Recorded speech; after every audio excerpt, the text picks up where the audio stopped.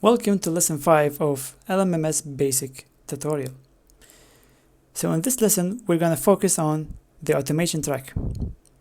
So let's just start away and just click on the automation track over here and we'll add an automation track. Okay, to explain what does this do, it's pretty much like a controller for these knobs. So let's say you want the second preset.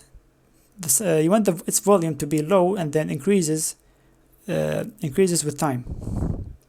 You cannot do that by hand, so you need an automation track to do that for you. To do that, after you've put the automation track, you click and hold Control and then click and hold the volume. You should be able to drag it like this, and then just drag it to the point where you want the volume to be low and go high.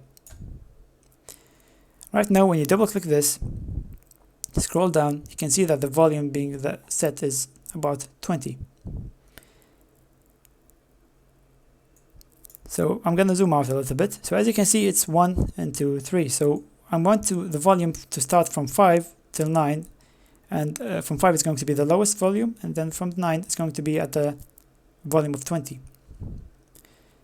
So 5 to 9 is pretty much 4 blocks. So what I'm going to do is going to the right till I reach 4.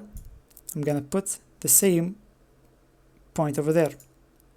Right now it's a straight line because there are 2 points on the same level.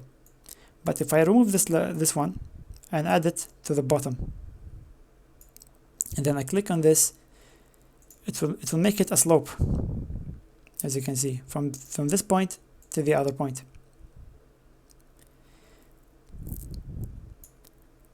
You can also make it a different kind of slope, which is this one. This one is like more graduate. It goes more slower, while this one just grows consistently.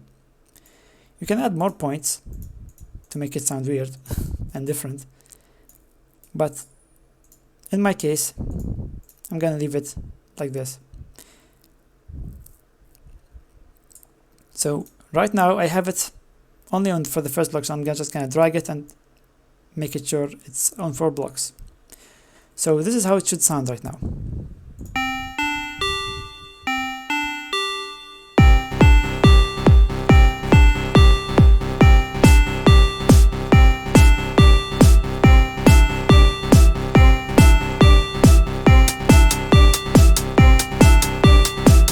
You notice the E organ begin with a 0 volume, then increase 20 until the block 9.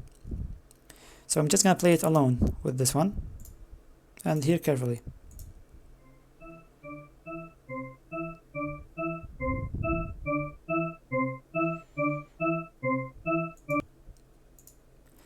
You can do the same thing with the effects. So if we went back to the rave bass, you can actually do this with effects. So if I click on controls,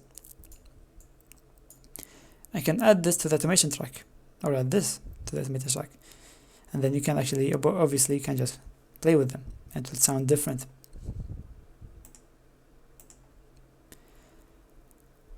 That's it for the automation track.